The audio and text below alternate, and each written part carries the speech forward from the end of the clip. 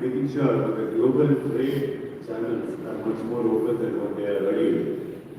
Now we see the adoption of the ESG practices both on environment across large and small scale. Where the large scale industries have adopted it in a different way, they've gone a few steps ahead, they've gone, I would say, a few steps deeper in terms of embedding environmental performance in their operations. We still have quite a long way to go as far as the engagement with the supply chain companies are concerned, the larger ecosystem on board, in line with the larger OEMs. Expectations or their disclosure is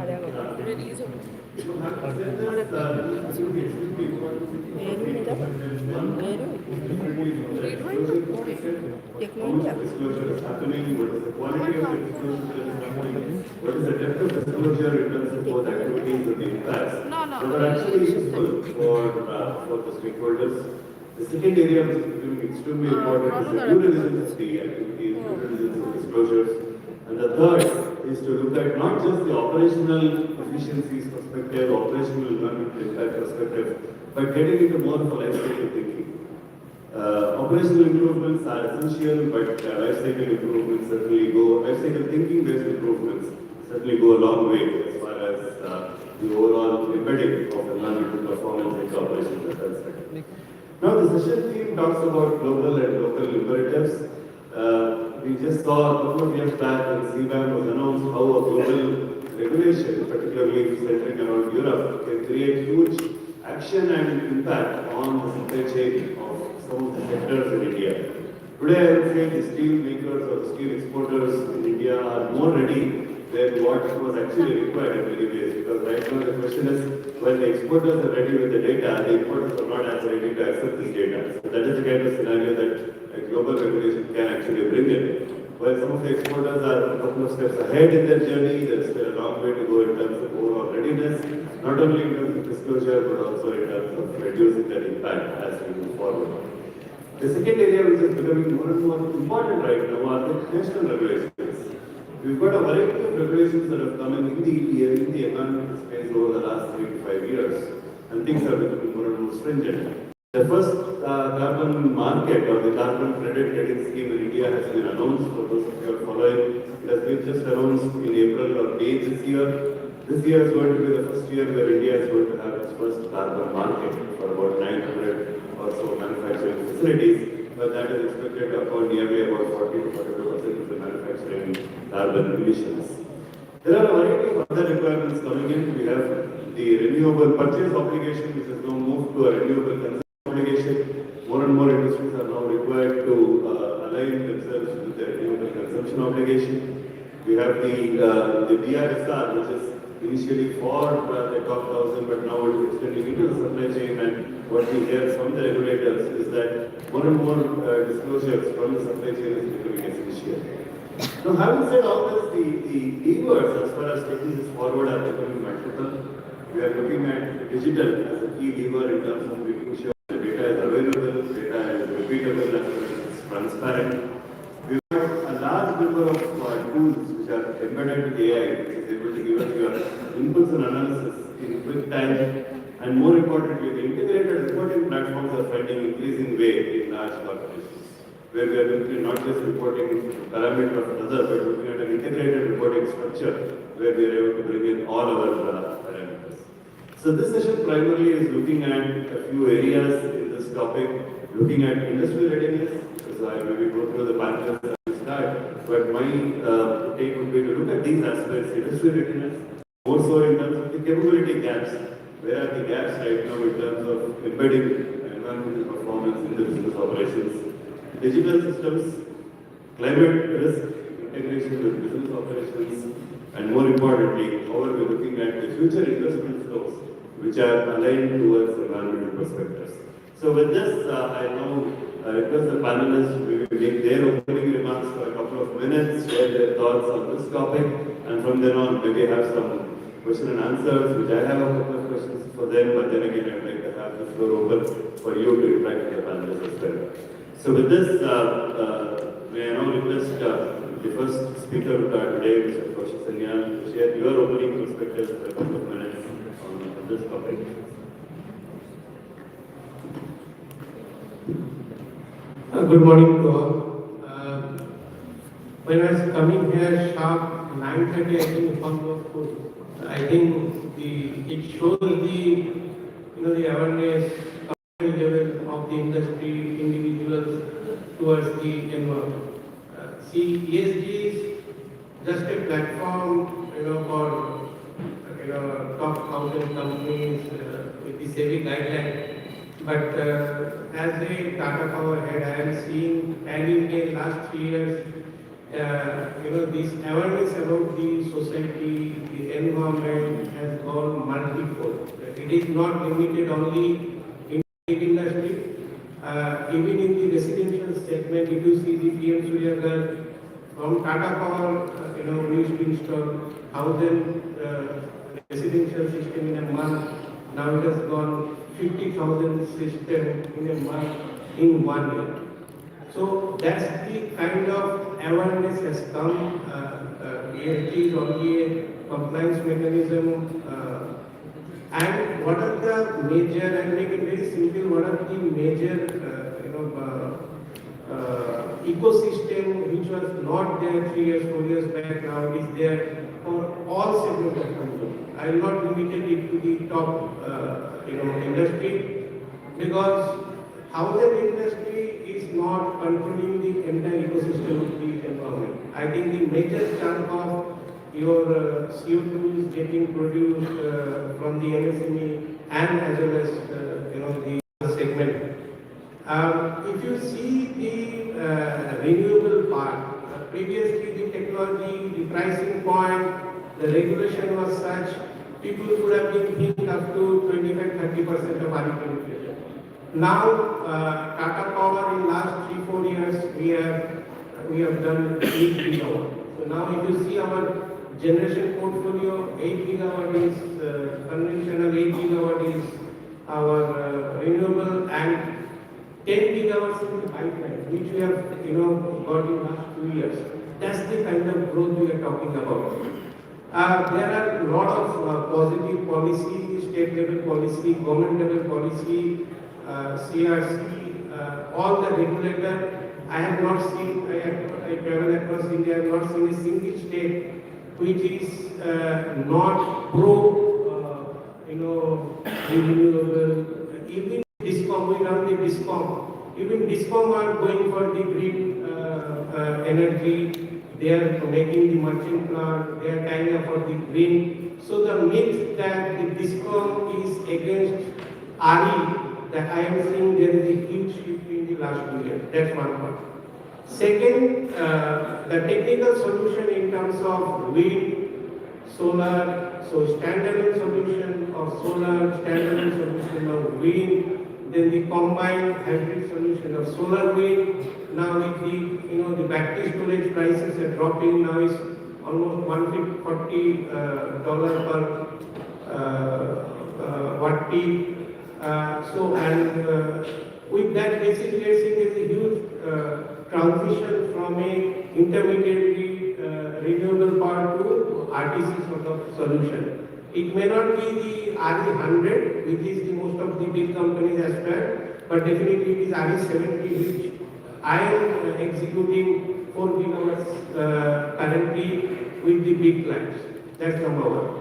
Number two, this scope 1, scope 2, scope 3, developer like us, we are creating awareness among the industry, to build up the ecosystem, build up the digital platform, build up the required technical inputs to align the entire vendor chain. There, like we are doing for Maruti, we are doing for Tata Motors, entire vendor chain, their dealer base, to bring the ecosystem. So I think we are in a very good phase, and each individual need to contribute. If we should ask within this room how many we have solar in our house, how many we switch off our lights, because if you see the static lights, 80% is wasted. So we are Tata Power is heavily investing on the home automation, IoT based sensor lighting, to promote a comprehensive ecosystem which ultimately the ESG is a byproduct. Thank you so much. Thanks for sharing what is happening in the ecosystem around that. But I think it is also important to hear from Mr. Sanya. Tata Power is one of the first few power-based or power-producing organizations which is committed for a net zero journey. I think maybe it's one of the questions I'd like to hear your views on how, as an organization which is focused typically on power, the power generation and distribution, how are you looking at your net zero journey? I'll come to you on that. Mr. Das, your opinion.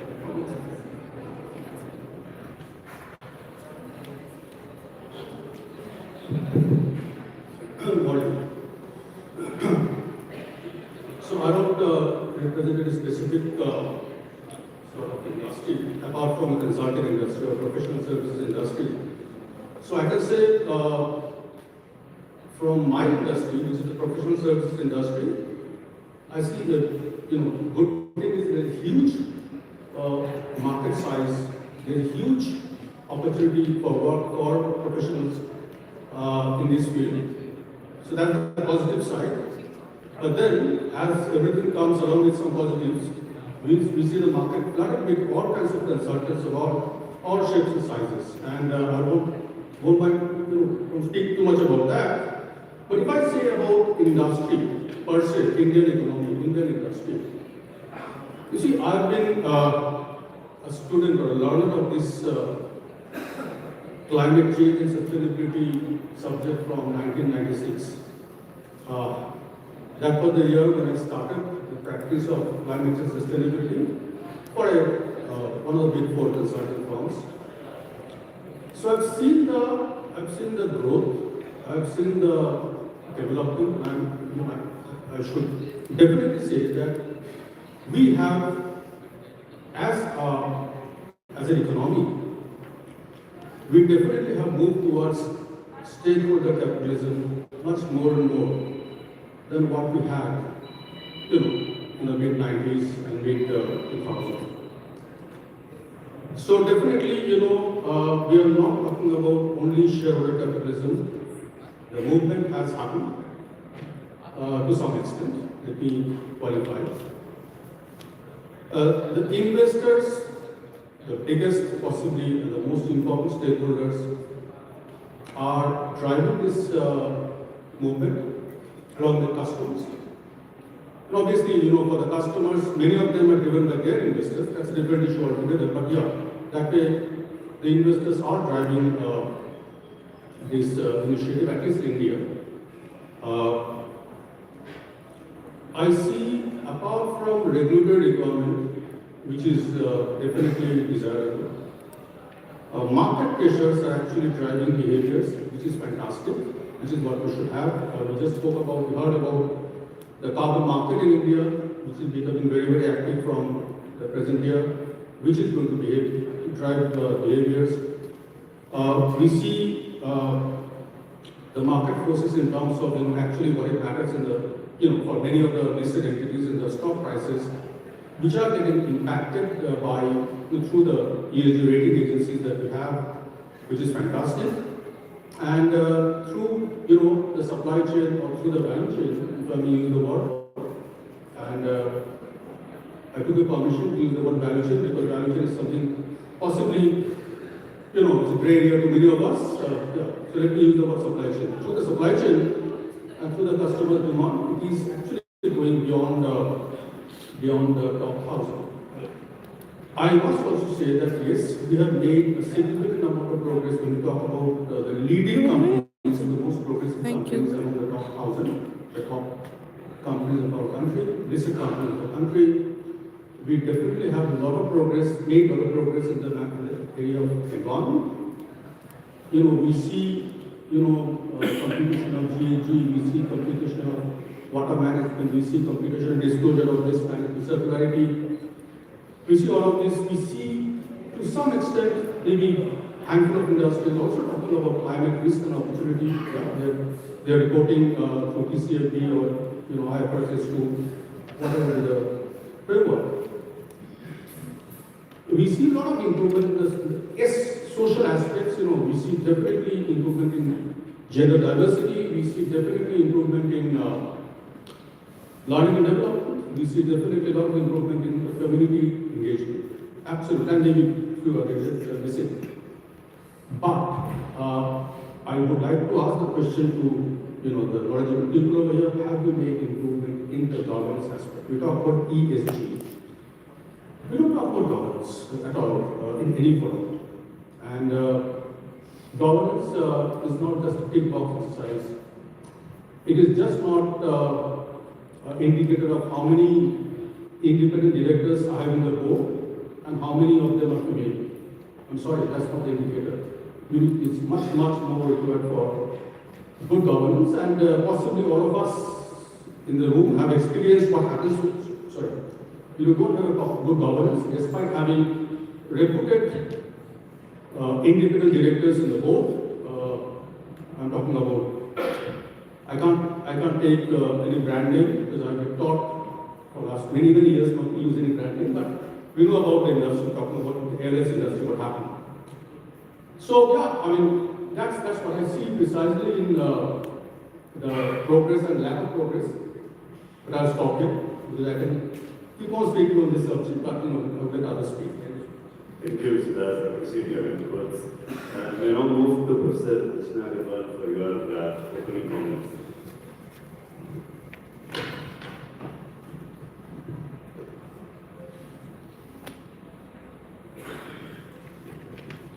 Okay, thank you, and very good morning, distinguished panelists. At the outset, I would like to congratulate the CII for organizing this very timely needed conclave, and the topic what it has been selected. And since morning we have already noted that the ESG is not now the optional. This is the new balance sheet, and then also it is required for our survival. So from the academic perspective, what I feel that there are the number of gaps which I'll be definitely highlighting, that where we need to have the more insight of the effective disclosure of ESG. Which basically not only because in the morning in our speech we have talked about the environmental issues, which definitely have the daunting task to decarbonize or make the zero emission or the zero liquid discharge to be part of the circular economy in the entire industrial ecosystem. So we need a lot of the capacity building at every level so that we can have the more effective, the disclosure of all the three parameters, that environmental issues, social issues, as well as the governance, which will definitely, change the entire scenario when we talk about the inclusive growth, and also ensure our future survival. So I'm looking forward for this very effective panel discussion, which will take forward us to more closer to the reality, what really we are envisaging to have the better future, better planet for the future generation. I didn't say the session. Thank you. Thank you, Professor Agarwal. Thank you so much. I complete my remarks to the reporting piece, the disclosure piece, and I think we are at an inflection point of sorts where we increasingly compare ESG reporting to financial reporting. But with financial reporting, we've got centuries of practice, and we know what needs to be captured. We've got ERP systems to capture that data, etc. ESG, we're sort of grappling with quite complex data systems. And it's difficult to even figure out if the data exists. So even before the data collation, we need to figure out what needs to be captured, what needs to be related, how do systems talk to each other, how do you have a data layer over it, how do I have an AI layer over it. So today's presentation was quite insightful, right? There's a lot of unstructured data that can be generated via images that can also feed into our ERG reporting. So BRSR is a little bit more more simplified is my understanding, but if you think about the India landscape, you've got global capability centers which are now sort of proliferating the market. So India needs the GCC ecosystem. We've got about 1900 GCCs going up to 2500 to 3500. So that means that to 2 million people employed there, right? So what does that mean? That means that a lot of the Indian organizations have to report under CSRD as well or other frameworks. And that's a lot more complicated than we are service today. So we do need to think about ESG reporting from that perspective. How do you capture data, how do you report data, how do you make it auditable, all of that. And even from a BRSF perspective, I think if you look at CSRD, you know the direction of travel.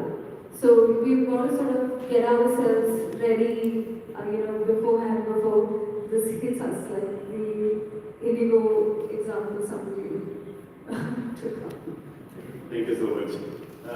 Now I'll move to the panelists with a couple of questions from my end, and I'm sure, as I mentioned, I'll leave a few minutes for all of you to maybe pose any questions to the panelists. Ms. Sanya, as I mentioned, data powers, net zero journey, and just one question added to it. How is that influencing your operational relations from the renewable energy sector that you represent within the group? Thank you for the question. Not only Tata Group is totally committed to net zero and I-100 aspirations. We have group level committee which is called I-100 and the Tata for different committees. So what is the first? I think the foremost important thing is commitment from the leadership level to go forward. That's number one. So it's not only mere aspiration, there is a cascading strategy and data capturing and so first is we are digitizing all the capturing part. So that is more important that whatever CO2 emission because we are having generation unit, we have distribution unit. So capturing. So we have integrated data platform through our internal IT, which for the capturing. Second, we are bringing the intermediate solution to translate or transmit from a conventional system to the RE platform with pump storage and battery storage. So we are bringing the pump storage of 2.8 gigawatt, which will be commissioned in 2028-2029 to avoid the problem of the intermediate power to transit from the conventional power to 100% RE. That's the second part. Third is this, we are aligning our value chain, supply chain and all our channel partner towards this net zero. So we are committed to achieve in 2017 the kind of scoring, the kind of data we are getting, we are confident we will be doing much before that. Thank you so much. Raz, I will come to you next. You mentioned about value chains, supply chains. Where do you see the current industry readiness on value chain? And one follow-up question on it is, how can the players in the value chain embed environment or climate risk in their business? What is the readiness right now, and what can they do going forward in embedding that in their business operations? Thank you. So there are two specific topics. One is on the value chain readiness, of course, other one of climate risk readiness and activities, whatever they can do. Yeah, sure, thank you. So on the value chain, I think it's a kind of there are initiatives. People have moved towards integrating the value chain in their ESG journey of ESG. But yeah, it's pretty nascent at this point in time. Not too many, and when I say the industries, I mean including the large ones, the top companies in the country. To be very honest, in the BRS, as you know, there are 3 or 4 specific questions on value chain. And I'm not too sure if even the large companies, they can comfortably respond to the questions in BRS. Very intricate questions the BRS has. One is how much you have done, how much you have reached out, the supply chain or value chain, the percentage which is simple. But then what about the corrective action plan to reduce the risk? Now that requires an in-depth action, working together with the value chain entities. And yeah, we have numbers. In all DRSA reports, we see numbers, but how much confident the people who have put in the numbers there are about their own numbers, I'm not very sure about that. Yeah, some of these are getting assured also by third parties. Now that is one status. Second, let me just add to a few things about the value chain. We still are doing this as a compliance-driven initiative, not as a value-added initiative, not as something which is to be integrated within our process of the journey of sustainability. So it's like, again, a big box exercise, something has to be done, so we are doing it, some computation has to be done, we are doing it. We talked about data.